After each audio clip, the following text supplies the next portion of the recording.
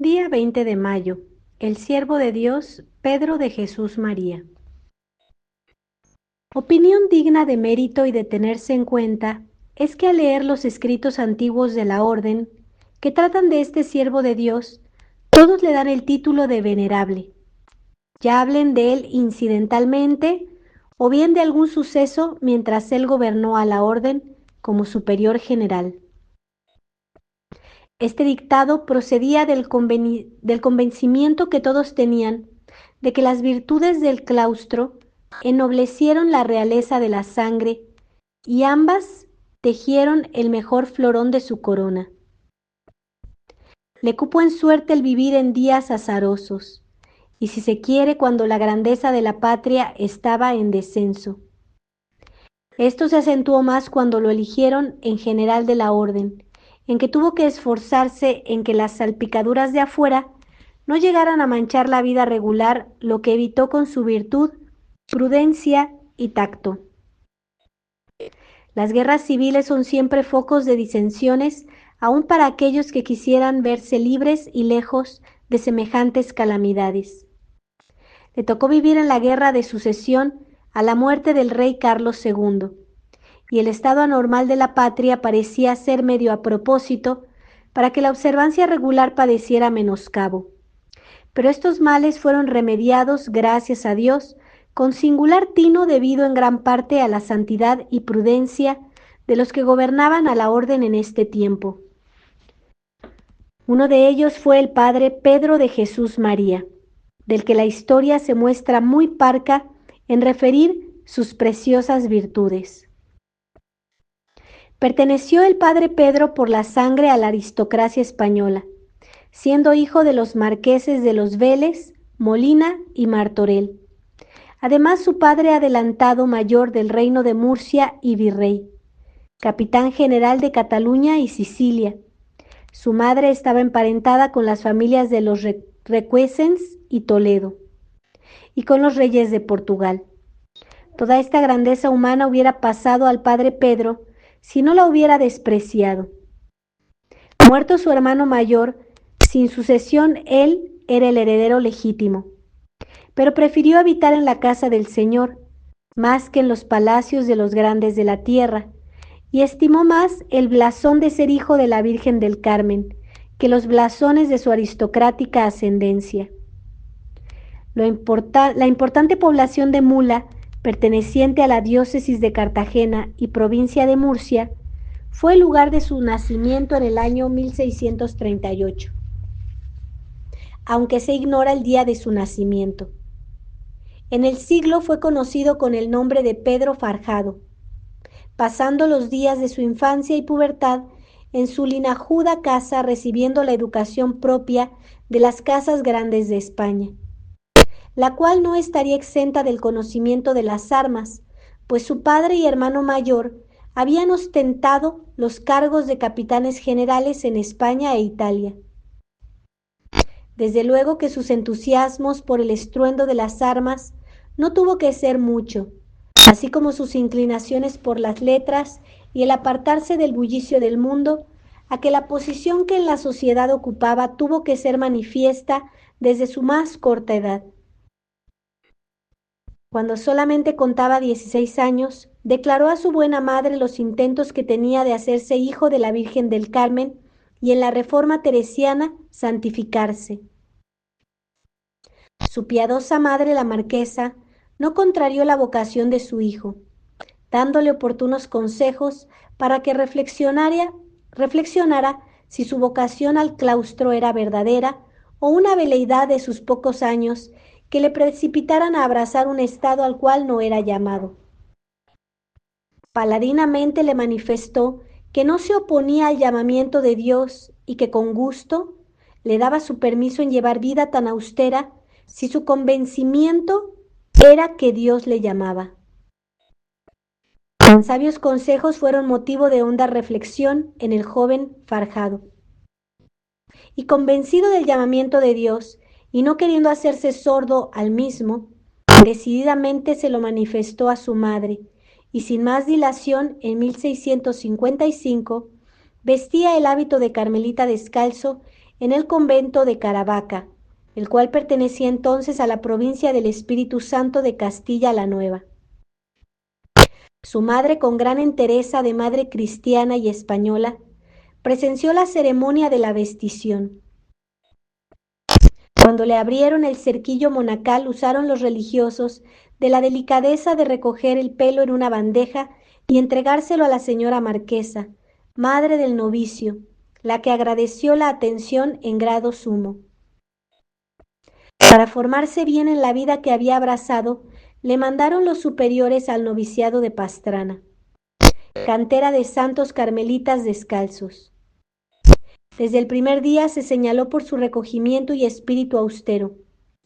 Estaba persuadido que la oración es el fundamento de toda la vida espiritual, por tener por oficio el pedir continuamente la divina gracia, que es el alma de esta vida. Cierto que los sacramentos, especialmente el de la Eucaristía, son poderosos para dar gracia y aumento de la misma, de modo especial cuando se reciben, mas la oración es de todos los tiempos y horas, así de día como de noche, y de todos los lugares. En los noviciados del Carmelo es en lo que más se insiste, siendo el trato con Dios el que hace anular los deseos de tratar con las criaturas. La mortificación de sus pasiones y sentidos, interiores y exteriores, las disciplinas y cilicios, eran otra cosa que daban fuerzas a su espíritu. En nada se conoció el origen de su blanda cuna, si se exceptúa su exquisita finura en todos sus modales, realzados por una ejemplar modestia que no le faltó nunca. Como el santo Job hizo concierto con sus ojos y con sus sentidos para que nunca se extraviasen. Indudable que las necesidades de la vida y la gloria de Dios hacen que aún los hombres más amantes de la soledad salgan a conversar con las gentes.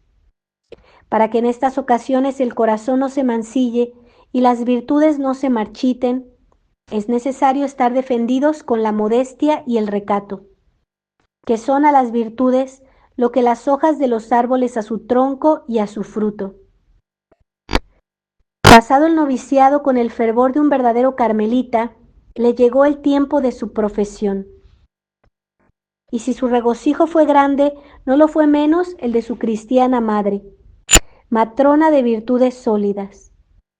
Con la misma entereza y alegría que en la toma de hábito, presenció la profesión de su hijo en Pastrana, y tal emoción le causó que con frecuencia repetía que el día de la emisión de los votos de su hijo para consagrarse a Dios había sido el más feliz de su vida. Habiendo profesado, le mandaron dar comienzo a sus estudios, a los que se dedicó con toda la intensidad de su inteligencia, sin olvidar los actos virtuosos, saliendo por lo tanto lo mismo en los estudios que en la virtud muy aventajado. Su alma ansiaba conocer a Dios, y de aquí que se fundamentara en la humildad. El mismo Dios la iluminaba y bañaba con los rayos de su luz, por lo que se le seguía el conocimiento vilísimo que de sí se tenía, buscando en todo la gloria de Dios. Continuamente meditaba en los misterios de humillación a que el divino Salvador se sujetó, y este pensamiento le encendía en deseos de ser humilde y practicar esta virtud. Sentía especial atractivo por practicar los oficios más humildes, y como su cuna, según los dictámenes del mundo, había sido de honor, en la orden se esforzaba en olvidar todas las glorias mundanales y abatirse por Cristo. Era costumbre en aquella época que los colegiales se ejercitaran en la postulación de puerta en puerta y por los pueblos, y el hermano Pedro de Jesús María, que fue el nombre que en la orden tomó, cuando los superiores se lo ordenaban, con humildad edificante y con llaneza admirable, tomaba sus alforjas y sin reparar en el que dirán, caminaba con ellas al hombro como si fuera el último de los hermanos legos. Queriéndose aún apartar más del trato de las gentes y no ignorando que los desiertos carmelitanos son talleres donde se elabora la santidad a alta presión y que encerrada entre sus bosques y montañas asciende en columna densa de oloroso incienso hasta el cielo, sin rozarse para nada con las impurezas terrenas, pidió retirarse al santo desierto de Bolarque, haciendo las diligencias para que le concedieran la patente de ermitaño perpetuo. Los superiores, considerando las cualidades de que estaba adornado, juzgaron no darle el permiso solicitado y ocuparlo en otros oficios de la orden.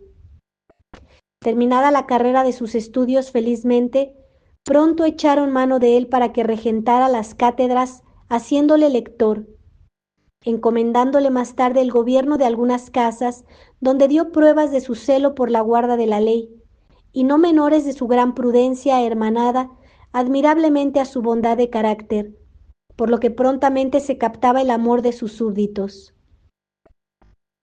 Esto hizo que paulatinamente le fueran elevando a los puestos más difíciles. El primero que le encomendaron fue el de procurador general de la congregación en Roma, siendo pontífice el Papa Inocencio XI.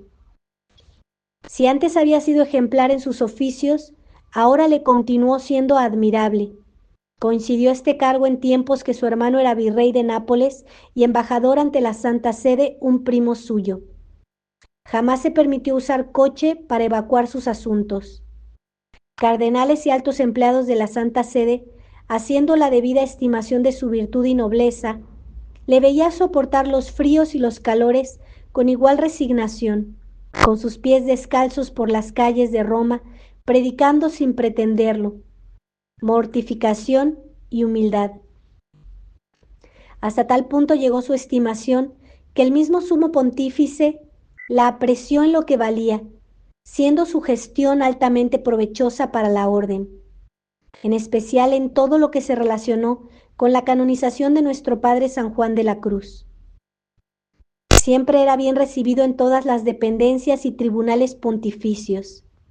De esta gestión de este venerable padre dejó escrito un testimonio alto, elocuente, el padre Francisco de la Cruz, en su obra titulada 5 palabras del apóstol San Pablo, en la siguiente forma. El padre Fray Pedro de Jesús María, al presente procurador general en Roma, y trabajando para alcanzar del pontífice la canonización de nuestro beato Juan de la Cruz, y tiene con sus virtudes edificada aquella corte, y por no ofender su modestia y perder su amistad, dejó en silencio lo mucho que quisiera decir en su alabanza. Tantos méritos y tan bien aprovechados en la elección para gobernar a la orden en el capítulo general que se celebró en el año 1700, fue elegido para tan importante cargo. La época turbulenta fue la que le tocó en suerte, declarándose la guerra llamada de sucesión por los historiadores. Esta circunstancia influyó sin duda en que los cronistas den tan pocas noticias de su actuación como general de la orden. Esto no obstante, en su generalato se realizaron las fundaciones de Gaucín en la provincia de Málaga, Móntoro en la provincia de Córdoba y Sanlúcar la Mayor en la provincia de Sevilla. En 1702 se trasladó definitivamente el famoso colegio salmaticense al lugar que ocupó hasta la exclaustración de 1835, que hoy se llama Plaza de los Bandos. En 1701, el rey de Portugal le escribió dándole permiso para fundar un convento de carmelitas descalzas en Oporto. Otro de carmelitas descalzas fundó en Zaira, población importante de la provincia de Badajoz, en 1705.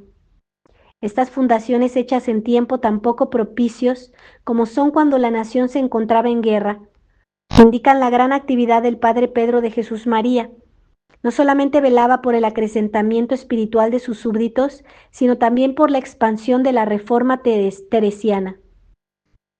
Tocándole en 1706 cesar legalmente en el supremo gobierno de la orden, se retiró a vivir sosegadamente y prepararse para tener una muerte feliz, pues a sus 75 años de edad no era de esperar se le prolongara mucho su vida en este mundo. Cuando se observa a la naturaleza, vemos que la rosa es la corona de las espinas que la rodean. Tal es la dulce y gloriosa muerte de los justos respecto de los trabajos e ignominias que tuvieron que sufrir para practicar la virtud. Los 6 años que después de su generalato vivió, los empleó en prepararse convenientemente para su tránsito. Nada dicen las relaciones de sus últimos momentos, pero si su vida fue de justo, su muerte tuvo por necesidad que ser de santo. Y este es el motivo que tanto los autores antiguos como los modernos que se ocupan de él le den el dictado de venerable. Acaeció su feliz muerte el 20 de marzo de 1713 en el convento de San Hermenegildo de Madrid. 58 años de verdadera vida carmelitana, de los 75 de edad, indican suficientemente los grados de santidad que acumuló en su no corta existencia. De este venerable hay que decir que todas las ventajas de su noble alcurnia e hidalguía de nacimiento no le sirvieron para otra cosa sino para humillarse, y los pergaminos y blasones, estímulos de santidad y recogimiento mortificado.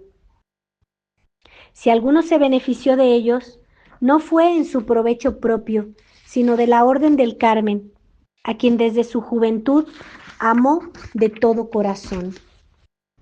Siervo de Dios Pedro de Jesús María, rogad por nosotros. Siervo de Dios Pedro de Jesús María, rogad por nosotros. Siervo de Dios Pedro de Jesús María, rogad por nosotros. Ave María Purísima, sin pecado original concebida.